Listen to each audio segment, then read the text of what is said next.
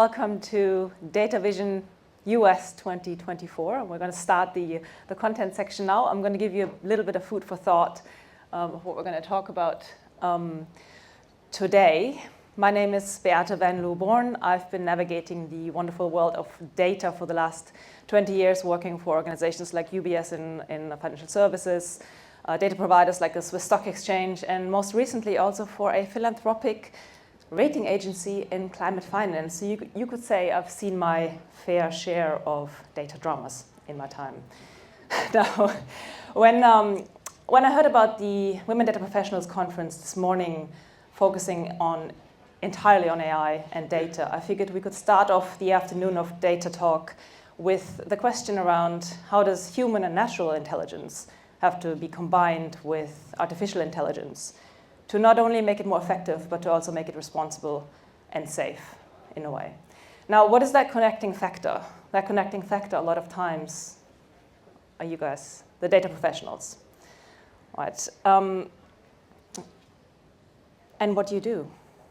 How many of you have had this situation? You had some after-work event, and you're sort of balancing a drink in one hand and trying to avoid a spinach dip disaster with the other. And somebody comes up to you and goes, so, what do you do? And you, okay.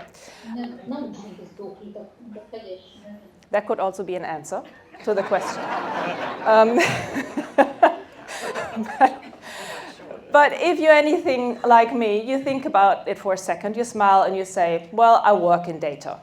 And then you immediately regret it because you get this look.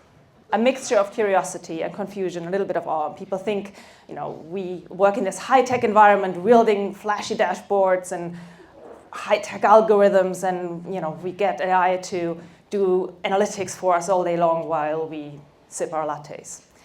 Now, the reality couldn't be further from the truth. As you all know, working in data is messy, it's complicated, it's frustrating, it's overwhelming, and a lot of times you feel like you're detangling a pair of headphones from 2012 all day long. Because what you do is you deal with data inconsistencies and migration issues and compatibility issues and ancient systems. And if you try to replace those, you might as well be performing open heart surgery. So at that point, the person across from you goes, okay, so if you're not some Secret Service type agent tech geek, what is it then that you do? Now that's when you get excited and you start talking about data governance and the perfect data architecture to go with it.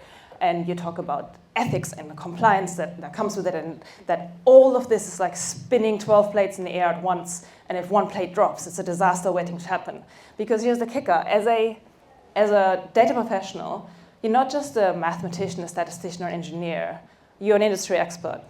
You have to know your sector inside out to be valuable to your organization. And it doesn't matter if it's automotive, if it's consumer goods, if it's climate change. You have to know what you're doing. You have to know your competition. You have to know the industry standards. You also have to be a lawyer because you need to know all the regulations. And then you have to look at risk management and everything that comes with it. Now, as you go into all of these details, again, somebody interrupts you and goes, well, that's all well and good, but AI is going to solve all of that for you because that's the silver bullet. And that's the magic wand, and you won't have to do any work anymore, correct? And that's, for me, usually where the conversation ends. Because let's talk about AI for a second. It's a little bit of a Dr. Jekyll and Mr. Hyde situation, isn't it? On the one hand, it's revolutionary. It's this great technology. It can analyze quicker. It can predict more accurately. It's independent. It's fast. It learns. But then on the other hand, it's hopelessly unpredictable. We don't really understand it. It learns our biases. And then, worst of all, it comes with this unjustified confidence that makes everything sound perfectly accurate, and it's not. I mean, who hasn't put something into ChatGPT and has gotten an answer back that is so eloquently confident that it almost makes you believe that all cats are pink and fly in the sky? So now we have this magic wand, so everybody thinks, and now we're expected to do everything quicker, better, more effectively, more of it in a short amount of time. What could possibly go wrong? Well, a lot could go wrong. And let me walk you through some historic examples where AI had been given the responsibility and did not live up to its expectations. 2018, self-driving Uber car didn't detect a person as a person and killed the person. Not a good outcome. 2010, flash crash. Trading algorithms over-amplified market movements, sunk billions in minutes until a human intervened. Also, not a good outcome. 2020 California rolling blackouts.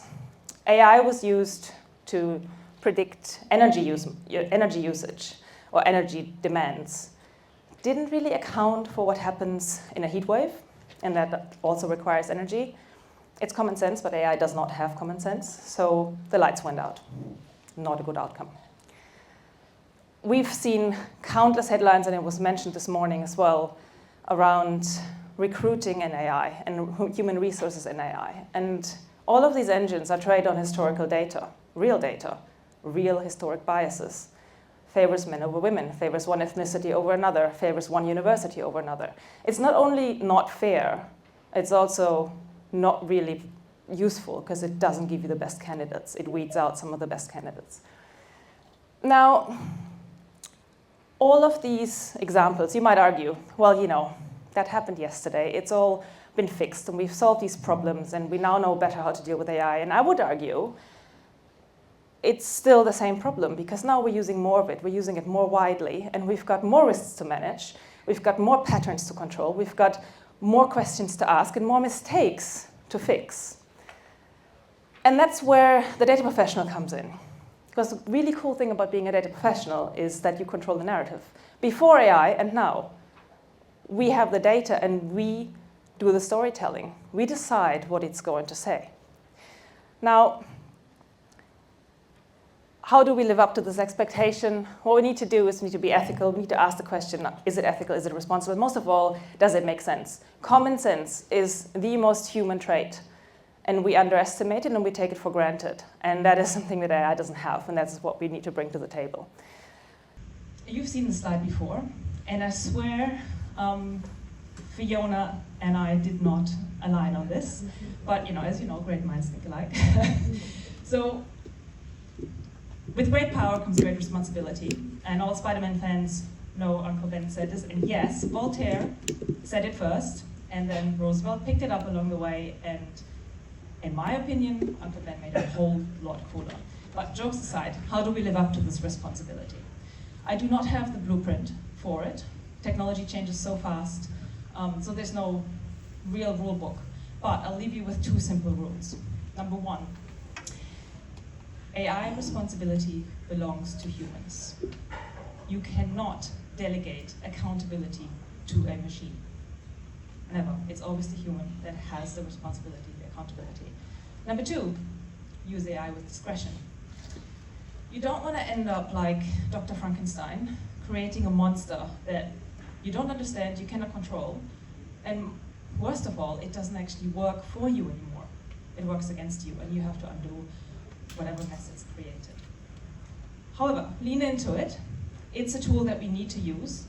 Again, in Fiona's presentation this morning, which was brilliant, we saw the woman taking the jump. Take the leap, lean into it, use it, but it's not magic. It's a tool, it's a powerful tool, but it's only as effective as the hand that wields it. So let's wield it wisely, and let's ask the hard questions. And with that, a little bit of advertisement. Shout out to the WDP. I run I'm the co-lead of the WDP European chapter. So if you want to know more about what we do, how you can get involved, what the events are that we're doing, there's going to be a little bit of information about this later on. But get in touch, send me an email, send the EDMC an email, and we can connect. So with that.